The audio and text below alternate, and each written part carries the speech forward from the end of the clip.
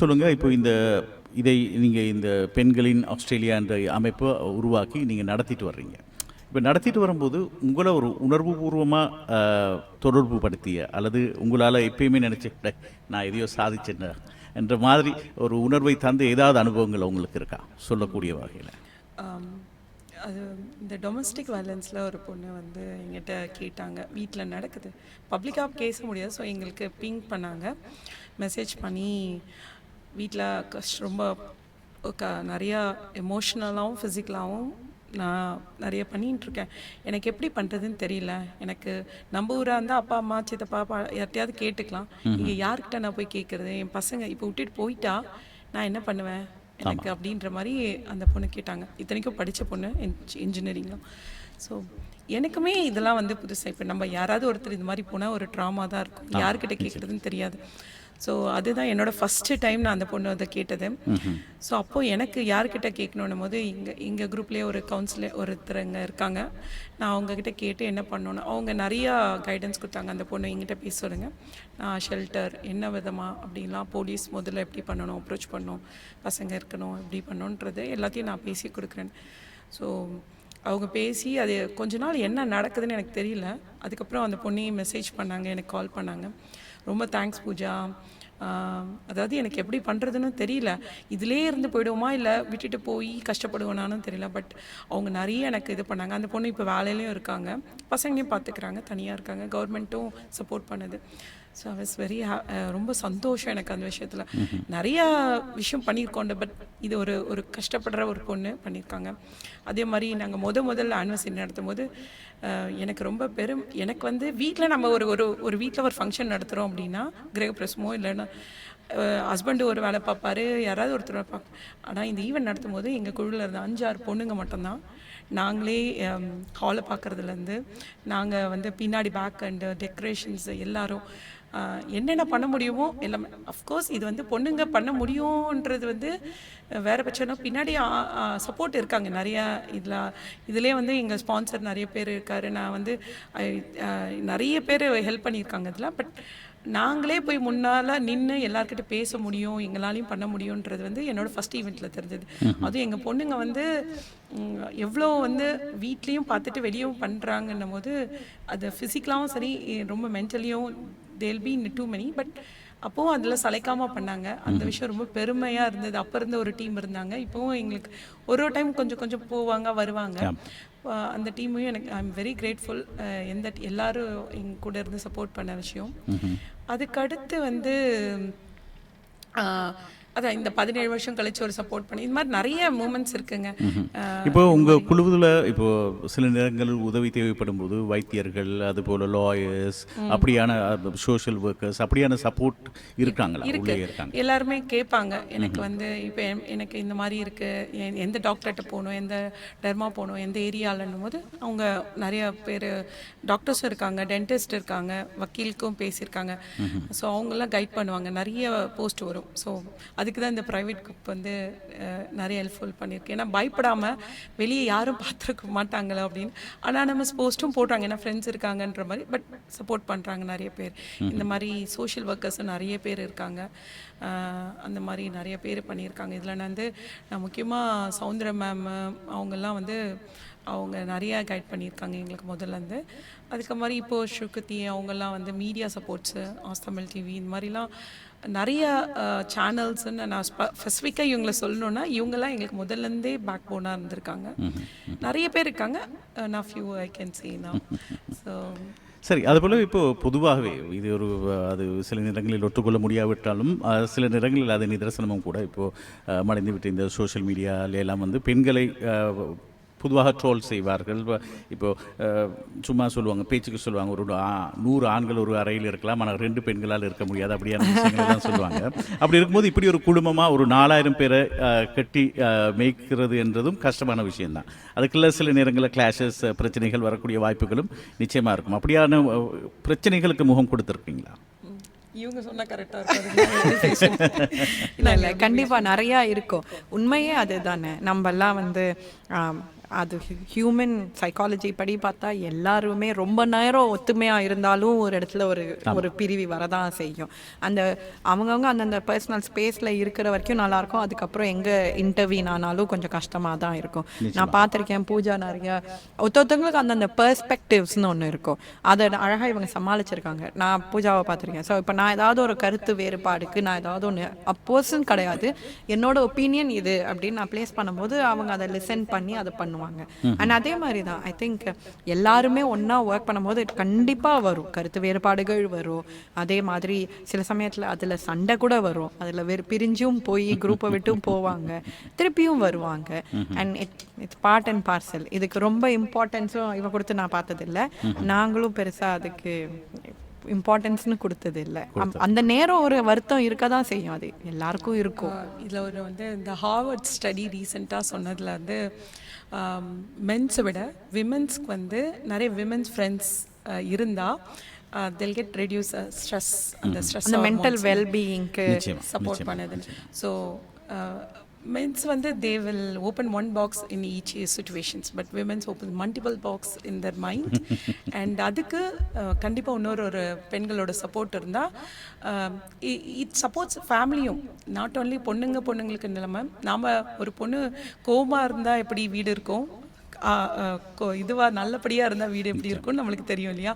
So அந்த ஒரு விஷயத்தில் அவங்க வந்து இன்னும் கேர்ள் ஃப்ரெண்ட்ஸ் கூட நல்ல ஒரு இருந்தாங்களா, தே வில் மோர் எக்ஸ்போஷர்ஸும் இருக்கும், நல்ல டேலண்ட்டும் இருக்கும், ஹாப்பியாகவும் இருப்பாங்கன்றது ஒரு ஸ்டடீஸில் கொண்டு. அது எங்கள் குரூப்லேயும் நாங்கள் நிறைய பார்த்துருக்கோம். சண்டை வருங்க, வராமல் எந்த இடத்துல இருந்திருக்கு, வந்தாலும் அது எப்படி டேக்கிள் பண்ணணும்னு நிறைய பேருக்கு சொல்லியிருக்காங்க. ஸோ அதுக்கும் நிறைய சாட் போயிருக்கு. ஸோ அதுலேயும் பார்த்து தெரிஞ்சிருக்கணும், பார்த்து இருந்துக்கோங்க, இல்லைனா விட்டு விலகுங்க, இல்லை கொஞ்சம் டைம் கொடுங்கன்ற மாதிரி பேசியிருக்காங்க. ஸோ அதுலேயும் கொஞ்சம் மெச்சூர்டு நாங்களும் நானே நிறைய கற்றுருக்கோம் இந்த குரூப் மூலமாக. ஸோ எல்லாரும் ஒரு அனுபவம், ஒரு லேர்னிங் ஃபேஸ் தான். So it's a good platform I would say. Like என்ன சொல்கிறது, பாசிட்டிவாகவும் இருக்குது, நெகட்டிவாகவும் இருக்குது.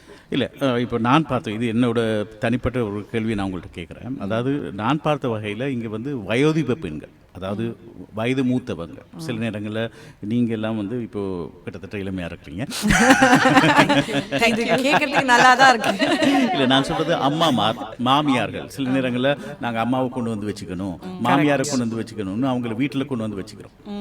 அப்போ வைக்கும்போது அவர்களுக்கு தனிப்பட்ட பிரச்சனைகள் இருக்குது. ஆனால் அவங்க இந்த வாட்ஸ்அப்லேயோ ஃபேஸ்புக்லேயோ இருக்க மாட்டாங்க. அவங்க ஒரு 60+ இருப்பாங்க, 70s இருப்பாங்க. அவங்களுக்கு நிறைய பிரச்சனைகள் இருக்குது. அப்போ அவங்கள அட்ரஸ் பண்ணுற மாதிரி ஏதாவது விடயங்கள் செய்திருக்கிறீங்களா? அவங்கள முன்னோக்கி ஏதாவது விடயதானங்களை நீங்கள் வயது முதிர்ந்த பெண்களுக்காக ஏதாவது அவங்கள கேதரி பண்ணுறது அல்லது அவங்களுக்கு ஒரு ட்ரிப் கூட்டிகிட்டு போகிறது? ஏன்னா எல்லாருக்கும் அவங்க வருவாங்க, பேத்தி பேரங்களை வீட்டில் பார்த்துட்டு இருப்பாங்க.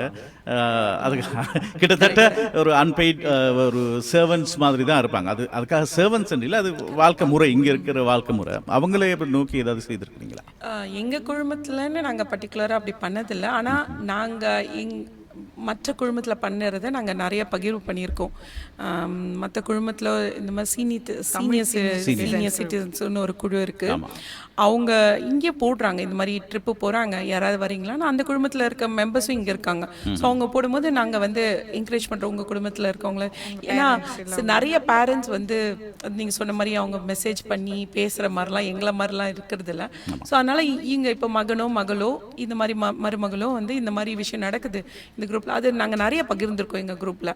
மற்ற குடும்பத்தில் நடக்குது அதே மாதிரி. இந்த ஈவெண்ட்டுக்கெலாம் வர சொல்லி நிறைய பேசுவோம். ஸோ வரும்போது இன்னொரு அப்பா அம்மா வந்திருப்பாங்க, ஓ நம்ம ஊரா, நீங்கள் இந்த ஊர் அந்த ஊரா அப்படின்னு பேசும்போது அவங்களுக்கு கொஞ்சம் பார்த்து பழகிறேன். சில நேரங்கள் அந்தந்த ஏரியாக்கள் இருப்பாங்க, அவங்களுக்கு ஒரு பேச்சு துணைக்கு. இதில் ஒரு எடுத்துக்காட்டு நான் ஒன்று சொல்லணும் அப்படின்னா, முந்தா நாள் எனக்கு ஒரு கால் வந்தது. நான் சண்முக பிரியாட்ட ஷேர் பண்ணிட்டு இருந்தேன். ஒரு கால் வந்தது, இந்த தீபாவளி ஈவெண்ட்டா என்ன பூஜா அப்படின்லாம் கேட்டாங்க. ஓகே, இது கம்யூனிட்டி இது.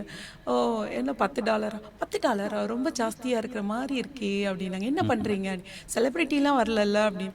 செலிப்ரிட்டிலாம் வரல, பட் $10 கம்யூனிட்டிக்கு கொடுக்குறது என்னம்மா இதெல்லாம் அது மாதிரிலாம் பேசும்போது அப்படின்னும் போது அவங்க ஒரு தயக்கத்தை பேசும்போது எனக்கு சொன்னேன், இவங்க ஒரு செலிப்ரிட்டி இப்போ புதுசாக வரப்போகிறாங்க, அதுக்கே வந்து $70 தான் அவங்க பெரிய குரூப் தான் அப்படின்னும் போது நான் சொன்னேன், அந்த செலிப்ரிட்டி வந்துட்டு நாளைக்கு உங்கள் பின்னாடி உங்களுக்கு ஏதாவது ஒரு பிரச்சனை இந்த இடத்துல அப்படின்னா அவர் வந்து உங்களுக்கு நீங்கள் டிக்கெட் கொடுத்தீங்கன்னு வந்து அவர் உங்களுக்கு சப்போர்ட் பண்ண மாட்டார். எங்கிட்ட கேட்டிங்கன்னா நான் கண்டிப்பாக உங்களுக்கு கைட் பண்ணுவேன் சொல்லுவேன். ஸோ அதுக்கு தான் இது. நாளைக்கு நம்ம எதுக்கு ஊரில் திருவிழா, கோயில், கல்யாணம்னு போகிறோன்னா நாளை பின்ன பார்த்து பழகி என்ன நல்லது கெட்டதை ஷேர் பண்ணுறோம். அதுதான் இந்த ஈவெண்ட்டும் கம்யூனிட்டி ஈவெண்ட்டும் பண்ணுறது. நம்ம போய் பார்த்து பழகி ஒருத்தர் இருக்கோம், அப்படி ஒரு தனிமையாக இல்லை நீங்கள் அப்படின்றதுக்கு தான் இந்த கம்யூனிட்டி ஈவெண்ட் பண்ணுறோம்.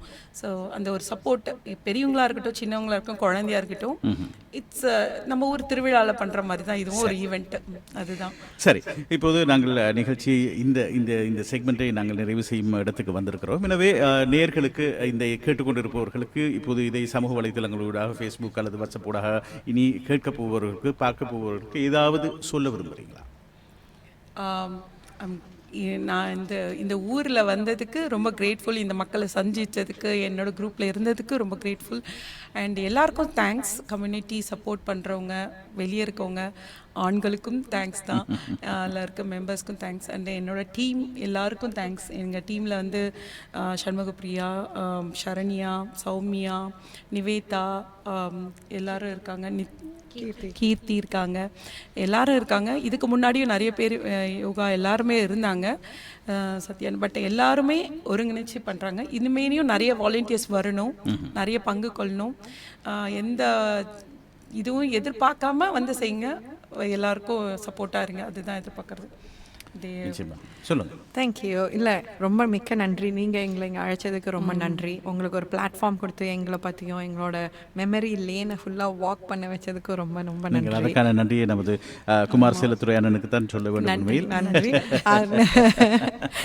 அண்ட் நிஜமாவே நாங்கள் வந்து ஒரு பிளாட்ஃபார்ம் அண்ட் அங்கே எல்லாருக்கும் முடிஞ்ச வரைக்கும் கம்யூனிட்டி, எல்லா கம்யூனிட்டிக்கும் எல்லாரும் ஹெல்ப் பண்ணுறாங்க. ஸோ எல்லாருக்குமே ரொம்ப ரொம்ப தேங்க்ஸ். அவங்க சொன்ன மாதிரி ஆண்கள், பெண்கள், இதில் பெருசாக ஒன்றும் பாகுபாடு எதுவும் கிடையாது.